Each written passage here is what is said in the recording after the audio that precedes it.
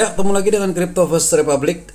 Update guys, minggu ini Bitcoin yang setelah minggu kemarin dari tanggal 14 di sini nih ya. Ini kan jatuh nih di tanggal 14 sampai tanggal 20-an. Satu minggu satu candle itu turun anjlok gitu ya dari sini ke sini, dan untuk minggu ini sudah ada kenaikan, sudah ada hijau sedikit. Nah, tentu saja apakah ini akan berlanjut sampai ke full seminggu ini, kemudian minggu depan naik lagi, atau tambah turun terus? Karena jika turun terus secara tren, maka dia akan ikut terjun, tambah terjun lagi gitu ya. Nah, ini bukan hanya Bitcoin ya, termasuk ETH juga sama gitu ya, semua turun, cuman ETH ini masih memerah. Tapi secara tren yang sini supportnya sudah lebih tinggi dari yang sini. Tambah kemarin 1500, sekarang sudah di sini ya. Artinya lebih naik sedikit, cuman belum hijau. Kemudian kayak XRP juga sama, cuman kemarinnya tidak langsung anjlok ya, dia pelan-pelan lah gitu nih. Candlenya seperti ini, sempat terbang ke 0,9 terus turun kemarin di minggu kemarin. Kemudian kalau koin-koin meme mungkin yang pastinya juga kita coba lihat apa koin meme yang bisa kita iniin ya. Ya biasanya sih umumnya ya, sebentar. Mana sih? Nah, ini kayak BTTC. BTTC kan malah ngaco gitu ya. Volumenya kecil sekali guys tuh. Kecil walaupun sudah menghijau, sama seperti Bitcoin, cuman BitTorrent ini kayaknya memang agak ini. Kemudian PP juga masih memerah tuh, masih merah, sama seperti Ethereum. Kemudian apalagi yang kalian kenal kali ya, Floki sama anjlok begitu. Kemudian Lunsi juga masih memerah, malah dia juga tahu, lihatlah minggu ini banyak yang agak-agak buruk lah gitu ya. Kemudian mungkin kalian ingin tahu ada Shiba barangkali, Shiba Doge. Sebentar, volume, biasanya dia di volume karena gede dia ya. Volume Shiba itu cukup besar, dengan ini biasanya nggak jauh dari sini, kayak Doge itu kan besar tuh. Nah, ini juga masih kecil, masih ini kecil lah gitu ya untuk Dogecoin. Kemudian Shibanya sudah mulai sedikit menghijau guys ya. Mungkin kalian pasti senang dengan koin-koin meme lah seperti itu. Nah, sebetulnya bagaimana sih kita melihat apakah betul ini akan rebound naik lagi atau seperti apa nanti ke depan? Kita akan lihat di bandarnya atau whale-nya lah. Whale itu adalah apa ya, entah itu institusi, entah itu perorangan, tapi dia itu dianggap ada transaksi yang sangat besar. Kita akan coba lihat yang tertracking ya, karena yang kena tracking. Nah, ini adalah whale alert. Jadi kalau kalian mau nyari di Twitter, ini adalah whale alert. Kalau mau tracking ada pergerakan apa yang paling besar, kalian tinggal klik aja koin yang kalian cari. Misalkan ini BTC. Karena kalau BTC bergerak, yang lain itu ikut guys. Itu normalis seperti itu. Begitu ya. Jadi sebetulnya memang seperti itulah. Kalau dia naik, yang lain pada ikut naik ya, yang terutama koin-koin yang terkenal yang volumenya besar, baik meme maupun yang koin biasa gitu ya. Nah, ini di level alert, kenapa udah mulai hijau Bitcoin? Salah satunya ada ini dari Gemini ke Akno Wallet, artinya dari exchange dia disimpan ke wallet, artinya ya untuk disimpan ya, bukan untuk dijual. Kemudian ada juga pergerakan 5 jam lalu itu sebesar 1400, double guys nih, 2 kali ya, sama ya, sorry, aduh mungkin sama, 5 jam yang lalu, tapi kita bisa lihat dari transaksinya sebetulnya. Misalkan di sini kita lihat dulu apakah sama atau tidak. Ini transaksi hashnya itu adalah 7C9F, belakangnya 4E2, sama nggak dengan yang ini ya, karena di sininya sama persis.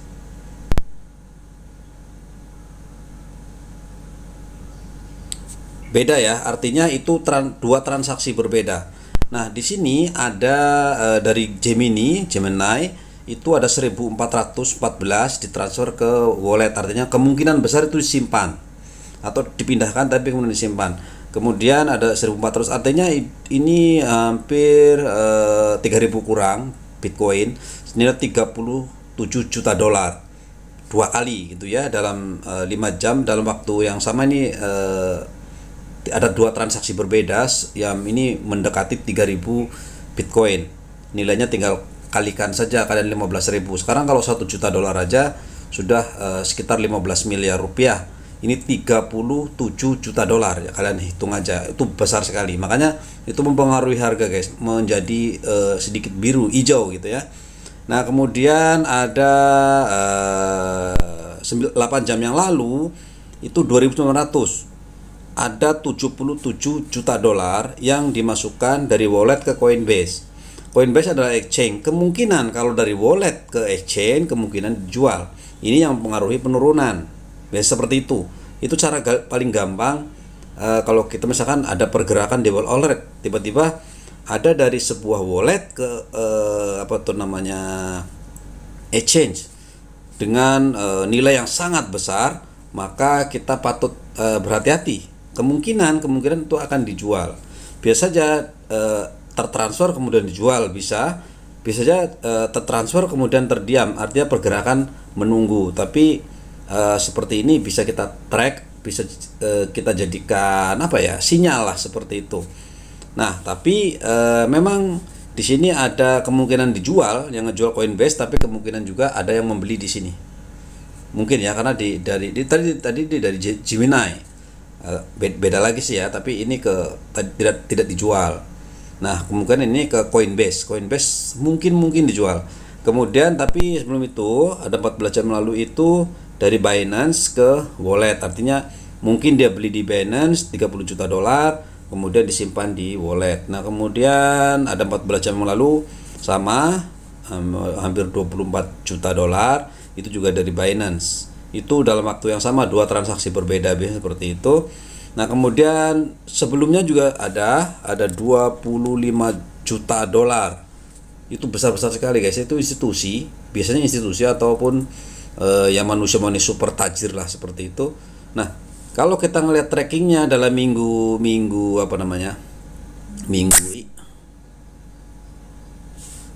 ini kebanyakan adalah memindahkan dari exchange ke wallet, artinya relatif lebih aman, artinya lagi akan naik lah. Ada orang membeli biasanya makin banyak membeli biasanya makin naik, yaitu hukum ekonomi. Dia seperti itu, dari Binance ke wallet, kemudian ini dari wallet ke Binance. Nah, itu juga besar sekali, 75 juta dolar, tapi memang seperti itu guys. Ada yang jual, kemudian ada yang harus membeli, ada yang beli dan jual. Kita tinggal kalkulasikan besar mana antara yang menjual dan membeli. Contoh misalkan dalam minggu lalu yang turun drastis itu dari tanggal 14, kalian bisa lihat di sini. Kita track terus ke bawah lagi. Itu 17, 16, 15. Nah, kemungkinan kan dari sini, dari tanggal 11 sebelum penurunan dari tanggal 14 itu tuh anjlok guys. Contoh seperti ini, ini ke Coinbase sebesar 88 juta dolar, besar sekali kan. Ini Coinbase, kemudian ke Coinbase lagi sebesar 76 juta dolar, kemudian masuk Coinbase lagi 94 juta dolar, kemudian mana lagi, artinya itu tiga kali itu ada penjualan besar-besaran. 300 itu berapa ratus miliar, coba kalian hitung deh, saya belum menghitung.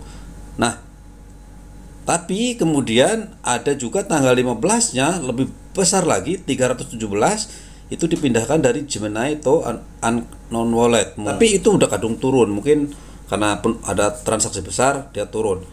Kemudian di sini ada ke atasnya lagi, terus tanggal 15 itu 75 juta dolar.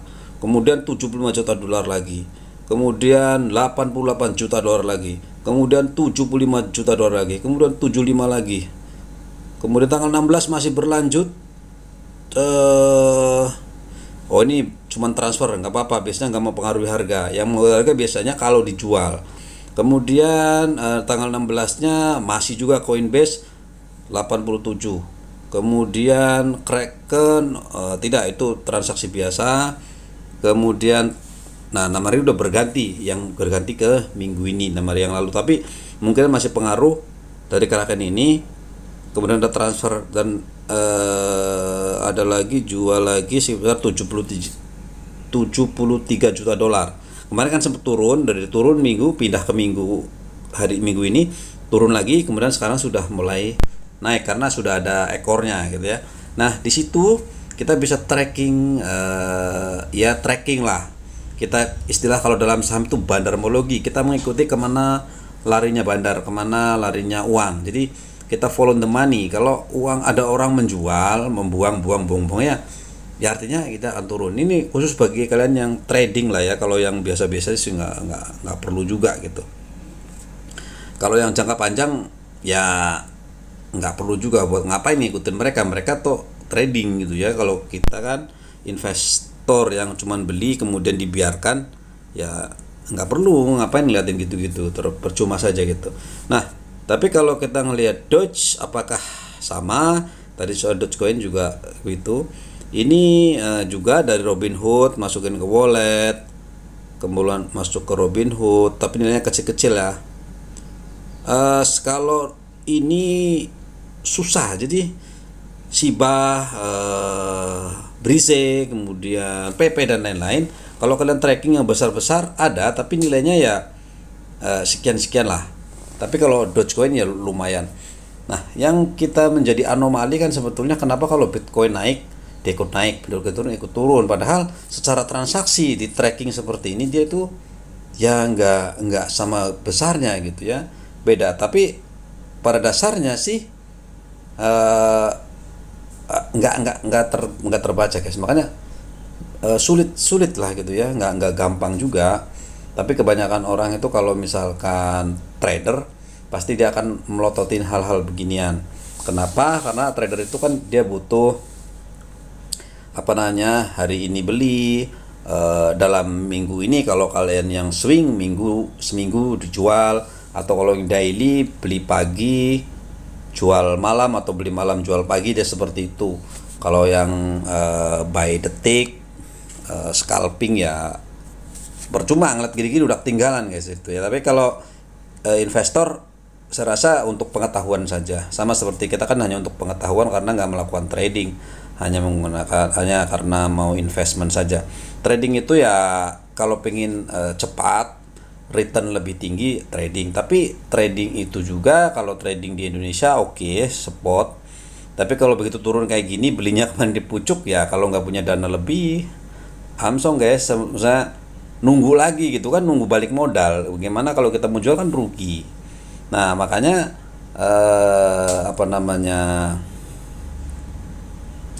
money management tuh jadi penting. Berapa target saya rugi, berapa target saya untung. Kenapa? Karena kalau kita untung, ekspektasi kita terlalu tinggi, nanti misalkan target kita untung dalam satu hari 200.000, tapi karena kita nggak punya target, kemungkinan akan naik 500.000. Itu jadi kayak gambling guys, jadi kayak penjudi. Jadi kalau kita ngelihat seperti ini, misalkan kita trading gitu ya, ngelihat ada pergerakan dari wall alert ini, ada orang mau menjual nih, masukkan ke Binance. Nah, ini kemungkinan akan turun karena itu mempengaruhi harga. Semakin besar ada orang mau menjual, pasti biasanya turun.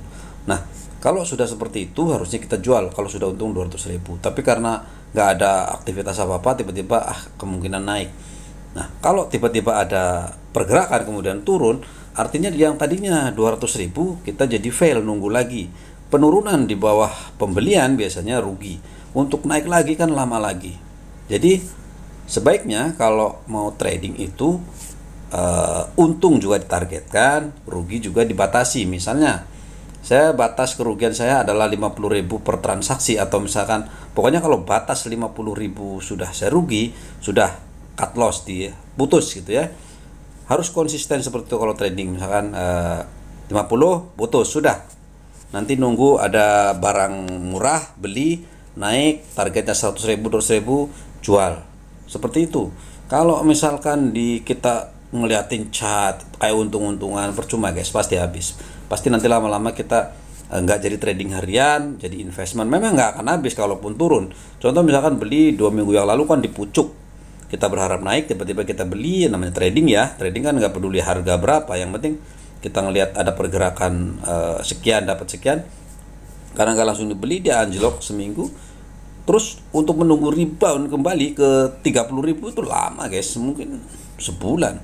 Sebulan kalau kalian tidak punya dana tambahan, ngapain? Nah, dan seperti itu. Nah, tapi kalau kita close kerugian 50 kemarin, baru turun sedikit aja 50.000 udah close, artinya sekarang kita masih bisa jualan lagi. Setiap hari bisa jualan. Makanya harus ada batas kerugian, ada juga nanti target keuntungan supaya kita tidak terlalu serakah seperti itu. Nah, khusus buat kalian yang bermain future harus lebih berhati-hati, karena future itu bisa membawa kita terkena likuiditas, atau dalam forex biasanya margin call, yang mana modal kita akan diangkut semua kalau sudah mencapai titik kerugian. Jadi seperti itu. Kemarin kita sudah membahas bagaimana uang kripto itu bisa habis.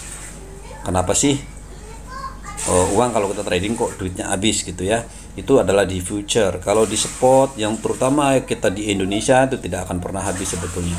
Karena di Indonesia future itu tidak ada, kecuali yang bodong-bodong, atau kita yang ke global, misalkan Binance, Maxi, apalagi banyak lah ya. Di luar sana kita bisa akses ke sana, kemudian kita trading di sana, tapi itu bisa menghabiskan duit kita. Jadi ya berhati-hati buat kalian yang future, yang belum paham, belum ahli, jangan coba-coba dulu. Kalaupun mencoba, pastikan nggak ada salahnya mencoba ya, karena itu pelajaran. Tanpa dicoba kalian tidak akan pernah belajar sih.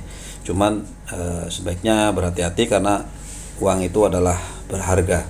Jadi yang harusnya kalau di spot kan kalau kita rugi, ya sudah, kita investment jadinya, kita tunggu sampai rebound kembali. Kalau nggak jadi rugi, tapi kan duit kita tidak akan pernah habis, koin kita tetap utuh. Tapi kalau di future, kalau beli 1 juta Shiba misalkan, kita di future ternyata salah, yang kita beli naik ternyata turun, koin kita bisa habis, bisa ditarik, dijual paksa sama mereka jika kita salah analisis. Yang tadinya mau beli naik, malah ternyata dia turun. Jadi seperti itu yang menghabiskan koin kita semuanya, jadi habis, sudah rugi duit, koinnya juga hilang gitu. Oke, mungkin itu saja untuk video kali ini, mudah-mudahan bermanfaat. Terima kasih dan bye bye.